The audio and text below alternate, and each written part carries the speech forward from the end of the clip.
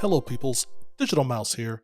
Bazzite OS is an operating system based on Fedora Linux. It gives you a Steam Deck-like experience when you install it on your device. I wanted to share with you my experience installing it on this Asus Rog Ally with a Z1 processor. First, a little info about this device. I purchased this Z1 Asus Rog Ally from Best Buy as an open box item. The Z1 is less powerful than the Z1 Extreme, but it was also less expensive. I paid $320. With tax, my total was $350.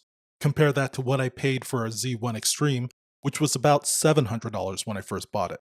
Although, now you can get it for about $600. The Rog Ally Z1 Extreme is built on Zen 4 architecture, features RDNA 3 graphics, and consists of 8 cores and 16 threads. The Z1 Rog Ally also utilizes Zen 4 architecture and RDNA 3 graphics, but it only has 6 cores and 12 threads. But they both have 16GB of RAM, 1080p screens, will run up to 120Hz, and Dolby Atmos speakers. My first step in this process was to upgrade the storage of the Rog Ally Z1 to 2TB. Installation was simple. I just removed the 6 screws on the back, I pried off the back cover, disengaged the battery, then unscrewed and removed the old SSD. I inserted the new SSD, re-engaged the battery, and replaced the back cover. It was that simple. I used an old Windows PC to download and prepare the Bazzite operating system for install. My old Lenovo Yoga laptop was perfect for this. I probably could have just used my Rog Ally, but I liked the bigger screen. I went onto the Bazzite website, and I selected Asus Rog Ally as the hardware I was using. For desktop environment, I selected KDE, because Bazzite stated it was like Steam OS.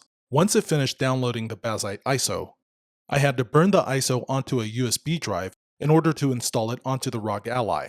For that, I used a program called Rufus, which I was able to find within Microsoft's program store. Rufus was extremely easy to use. Rufus automatically recognized my USB. I then just pressed select. I navigated to the Bazzite ISO, which was in my downloads folder. I pressed start and Rufus burned the ISO onto my USB so I could install it onto my Rog Ally.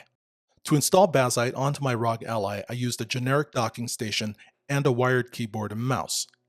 I plugged the USB into the back of the docking station, then powered on my Rog Ally. Bazzite gave me a couple of options. I selected Install Bazzite at the top and started the installation process. I selected my language, then my installation destination. I got a message stating that there was not enough space to install the operating system. I just checked Reclaim Space. I then created a user account and pressed Begin Installation. This part did take a while. Now we have a lot of important stuff that we need to still talk about, but if you like this video, hit the subscribe button. It helps the channel. Once it finished, there was a message on the bottom right of the screen that stated that Bazzite was now successfully installed, and I can go ahead and start using it. All I had to do was reboot the system, so I just checked the box, Reboot System. The Rog Ally restarted. A blue screen popped up with a list of options. I just selected Continue Boot. Bazzite installed an update, and it eventually restarted into desktop mode. Bazzite opened a utility which would give me the option to install a number of different programs. It also gave me the option to log into my Steam account, which I couldn't do at this point because I didn't have any network access. This wasn't a problem because I was able to log into Steam a little bit later on in the process. I went through Bazzite's setup guide and took a look at all the programs that they were offering to install for me, but the only one I picked was DekiLoader. After I pressed install, I kept getting a message asking me to install a KDE wallet. I just X'd out of this. I didn't do this. This part took a lot longer than I thought, and initially I thought I had done something wrong during the installation, but I was patient and I let it do its thing. Eventually it finished and I just hit next. On this screen I selected install again, then selected next, and it stated all done. After that I selected return to gaming mode. The Rog Ally exited desktop mode and took me to the Steam OS installation screen. I first entered my language, Pacific Standard Time as my time zone, and here is where I finally connected to my Wi-Fi network. I inserted my password and just selected connect. After it connected, I just hit continue, and it started installing Steam. Once it finished the install, Steam shut down, then restarted. Bazzite restarted itself a couple of times, but eventually I got to the SteamOS login screen. After I entered in my credentials, I went through a brief Steam Deck tutorial on my Z1 Asus Rog Ally.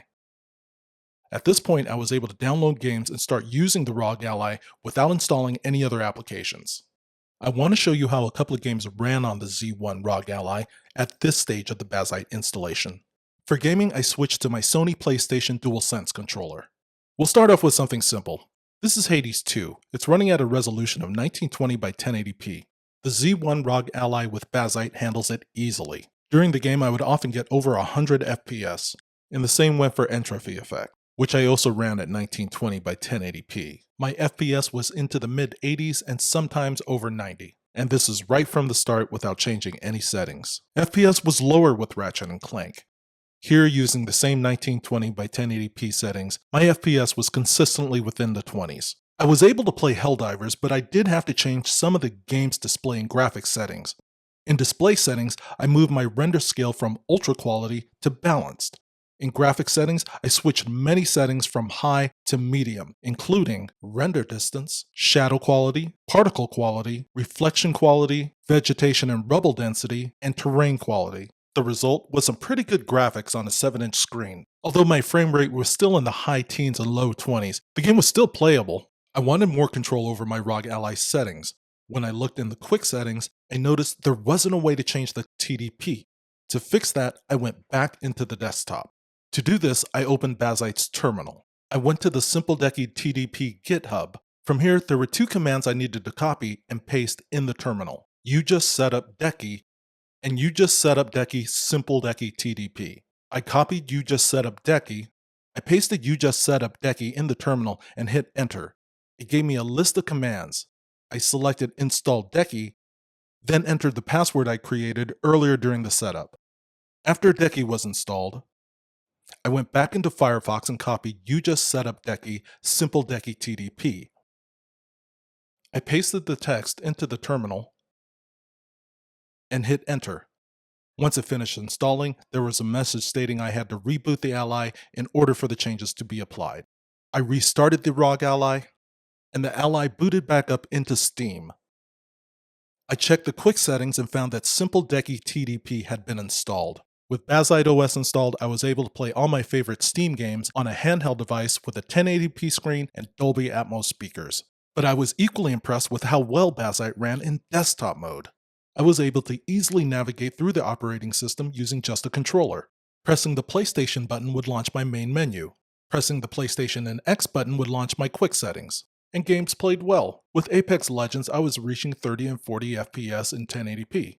I was also reaching over 30 FPS with games like Endless Dungeon. Bazzite OS is a fantastic operating system for Linux gaming, and I loved using it on my Rog Ally Z1. Definitely read your warranty carefully before you make changes to any OEM device. Depending upon the manufacturer, making changes to your OEM device could impact your warranty. Also, for the time and money I spent installing Bazzite OS onto my Z1 Rog Ally, it may be cheaper and simpler for you to just get a Steam Deck. You won't have a 1080p screen or Dolby Atmos speakers, but you'll still have a great experience. I'm going to leave some links in the description below for tutorials regarding this process. See you in the next one.